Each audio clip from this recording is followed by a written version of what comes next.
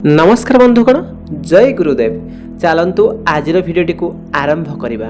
बंधुगण, आपण जानिथिबे आपणक जीवन रे जहाँ भी किछि परिवर्तन हेउछि ना काहेकि से सबु आपणकर कुंडली रे थिबा ग्रह मानकर चलन उपरे निर्भर करिथाय। केतेबेले कुंडली रे ग्रह मानकर चलन स्थिति जदि भल रही थाए तेबे जीवन रे आपणकर सबु किछि ठीक ठाक चली थाए। जदि कुंडली रे ग्रह मानकर स्थिति किछि ना किछि बिगड़ी जाई थाए ना तेबे आपणक जीवन रे विभिन्न प्रकार समस्यार सम्मुखीन हेबाक पड़िथाए। तेबे ग्रह मानकर चलन दृष्टिरु एभली किछि संजोग हेबाक जाउछि जहा फଳରେ प्रभु श्री शनिदेवଙ୍କ कृपारु आपणଙ୍କ ପାଇଁ आसंता 33 वर्ष पर्यंत आपण मालामाल हेबाक जाउछंती।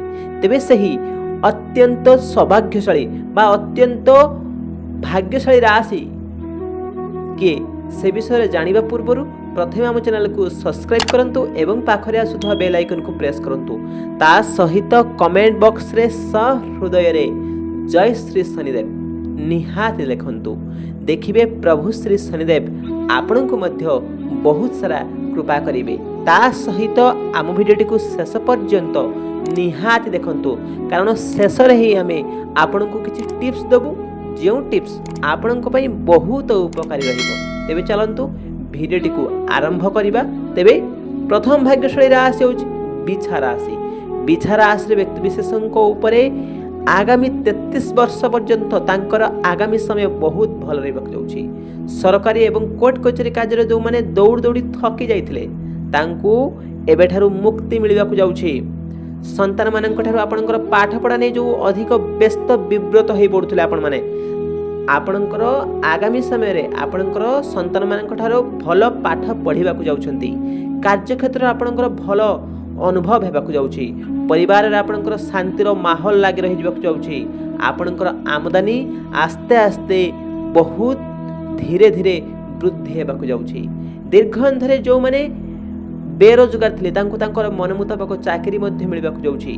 जो माने चाकरी पाइथिले तांकर से चाकरी रे प्रमोशन मध्ये हेबाक जाउछि। जो मानकर दीर्घ अंधरी विवाह हेउनथला तांकर आगामी दिन रे खूब शीघ्र विवाह मध्ये हेबाक जाउछि। आपनकर जीवन साथी आपनक प्रति बहुत भल रहिबाक जाउछि बा बहुत लॉयल रहिबाक जाउछि। प्रीवियस दिन रे आपण जो कर्म करथिले से कर्मर फल प्रभु श्री शनिदेव कर्मफल दाता आपनकु देबाक जाउछंती। आपनकर कर्म आपनक पई बहुत मूल्यवान रखिबाक जाउछि। मने रखंतु दर्शक बंधु, आपण कोनोसी गरीबों को केबे भी भूल रे मध्य आपण अणदेखा करंतु नाही। एहा आपनक पई जदि एहा करूचंती अणदेखा करूचंती तेबे एहा आपनक पई बहुत नेगेटिव बा बहुत आपण पछकु नै जिवार संभावना बहुत रहुची। दया करी आपण केबे भी कोनोसी गरीब लोकन को आपण अणदेखा करिवे नाही। तेबे द्वितीय भाग्यशाली राशि होछि मिथुन राशि। मिथुन राशि रे व्यक्ति विशेषଙ୍କ उपरे आपणकर शनिदेवଙ୍କର बहुत कृपा रहिबाक जाउछि। आपणको आपणको द्वारा करा दिथवा कठिन परिश्रमर फल आपणको खूब शीघ्र मिलिबाक जाउछि। कार्य क्षेत्र रे आपणकर भल प्रभाव रहिबाक जाउछि। जो माने बिजनेस करथुले से तांकर बिजनेस रे भल लाभ करिबाक जाउछंती।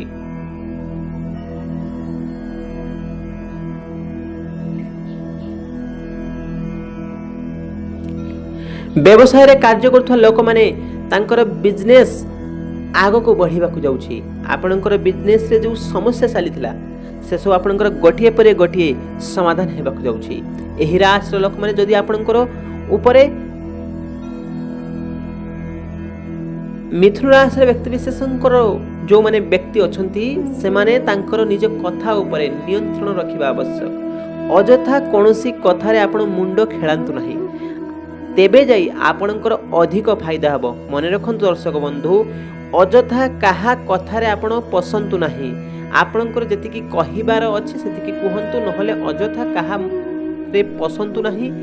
देले जाई कि आपणकर अधिक फायदा हेबा देखा जाउछि। आपणकर स्वास्थ्यगत समस्या जो प्रीवियस दिन रहितला से सब आपणकर दूर हेबाकु जाउछि। आपणकर आगामी समय बहुत भल रहबाकु जाउछि। तेबे तृतीय भाग्यशाली राशि होछि कन्या राशि। कन्या राशि व्यक्ति विशेषଙ୍କ कथा जानिबा पूर्वरु प्रथमे आम चैनल को सब्सक्राइब करंतु एवं पाखरे आसुथवा बेल आइकन को प्रेस करंतु। ତା ସହିତ କମେଣ୍ଟ ବକ୍ସରେ ସହୃଦୟରେ ଜୟ ଶ୍ରୀ ଶନିଦେବ ନିହାତି ଲେଖନ୍ତୁ, କାରଣ ପ୍ରଭୁ ଶ୍ରୀ ଶନିଦେବ ଆପଣଙ୍କୁ ଦେଖିବେ ବହୁତ ସାରା କୃପା ଦେବେ। କନ୍ୟା ରାଶିର ବ୍ୟକ୍ତିବିଶେଷଙ୍କ ଉପରେ ଆଗାମୀ ସମୟ ବହୁତ ଭଲ ରହିବାକୁ ଯାଉଛି। କୌଣସି ଭଲ ସଂସ୍ଥା ତରଫରୁ ଆପଣ ସେଥିରେ କୌଣସି ଟଙ୍କା ବିନିଯୋଗ କରିବା ପାଇଁ ଆପଣଙ୍କର ମନ ଆସିବାକୁ ଯାଉଛି ବା ମନ ଆପଣ ବଳାଇ ମଧ୍ୟ ପାରନ୍ତି। ଆପଣ ସେଥିରେ ଯଦି ଟଙ୍କା ଇନଭେଷ୍ଟ କରୁଛନ୍ତି ତେବେ ଆପଣଙ୍କର ସେଥିରେ ବହୁତ ମାତ୍ରାରେ ସକ୍ସେସ୍ ହେବାର ଯେଉଁ ଚାନ୍ସ ଆପଣଙ୍କର ବହୁତ ଅଧିକ ରହିବ, ଯେଉଁଠାରେ ଆପଣଙ୍କର ଭଲ ଆର୍ଥିକ ଲାଭ ମଧ୍ୟ ବାହାରିବ। ଆପଣ ଏହି ସମୟରେ ଭଲ ଆର୍ଥିକ ଲାଭ ପାଇବାକୁ ଯାଉଛନ୍ତି। ସମୟ ଏବଂ ପରିସ୍ଥିତିକୁ ବିଚାର କରି ଆପଣ ଯଦି ସେ କାର୍ଯ୍ୟ କିଛି କରୁଛନ୍ତି ତାଦ୍ୱାରା ଆପଣଙ୍କର ମଧ୍ୟ ବହୁତ ମଙ୍ଗଳ ରହିବ। ପ୍ରିଭିୟସ୍ ଦିନରେ ଆପଣ ଯେଉଁ ଅଟକି ରହିଥିଲେ ସବୁ କାମ ସେସବୁ ଆପଣଙ୍କର ସୁରୁଖୁରୁରେ ଆଗକୁ ବଢ଼ିବାକୁ ଯାଉଛି। ପ୍ରିଭିୟସ୍ ଦିନରେ ଆପଣ ଯଦି କୌଣସି କାର୍ଯ୍ୟ କରୁଥିଲେ ସେ କାର୍ଯ୍ୟ ଆପଣଙ୍କର ଭଲ ରହିବାକୁ ଯାଉଛି। ଆପଣଙ୍କର ଆଗାମୀ ସମୟ ବହୁତ ଭଲ ରହିବାକୁ ଯାଉଛି।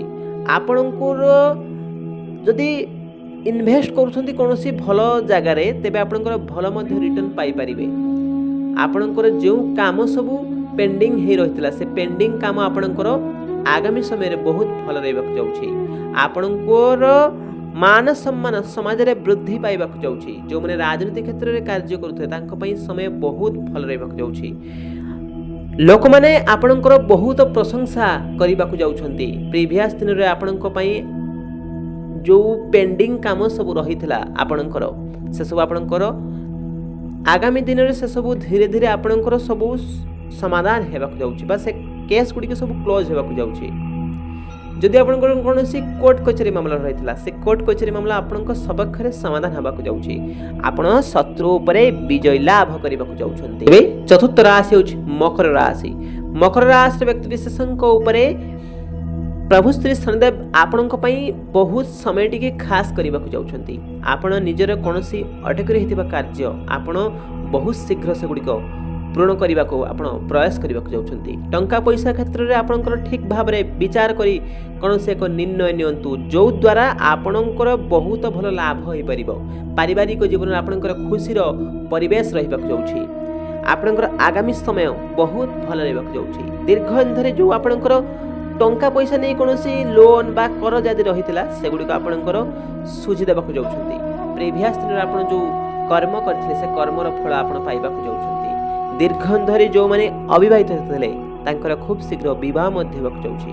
ଆପଣଙ୍କର ଆଗାମୀ ସମୟ ବହୁତ ଭଲ ରହିବାକୁ ଯାଉଛି।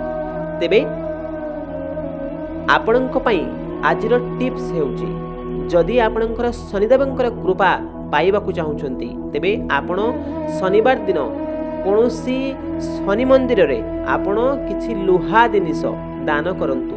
ଏହାଦ୍ୱାରା ଆପଣଙ୍କର ବହୁତ ମଙ୍ଗଳ ରହିବ। ତା ସହିତ ଶନିବାର ଦିନ ଆପଣ ଯଦି କୌଣସି ଗରିବ ଲୋକଙ୍କୁ ମଧ୍ୟ କିଛି ଖାଇବାକୁ ଦେଉଛନ୍ତି ନା ଆପଣଙ୍କର ଉପରେ ଶନି ମହାରାଜଙ୍କର ବହୁତ କୃପା ଦୃଷ୍ଟି ରହିବ। ଶନି ମହାରାଜଙ୍କର କୃପା ଦୃଷ୍ଟିରୁ ଆପଣଙ୍କର ଆଗାମୀ ସମୟ ବହୁତ ଭଲ ରହିବ। ତେବେ ବନ୍ଧୁଗଣ ଆମ ଭିଡ଼ିଓଟି ଆପଣଙ୍କୁ କେମିତି ଲାଗିଲା ଆମକୁ କମେଣ୍ଟ ବକ୍ସରେ ନିଶ୍ଚୟ ଜଣାଇବେ ଏବଂ ସହୃଦୟରେ କମେଣ୍ଟ ବକ୍ସରେ ଜୟ ଶ୍ରୀ ଶନିଦେବ ନିହାତି ଲେଖିବେ।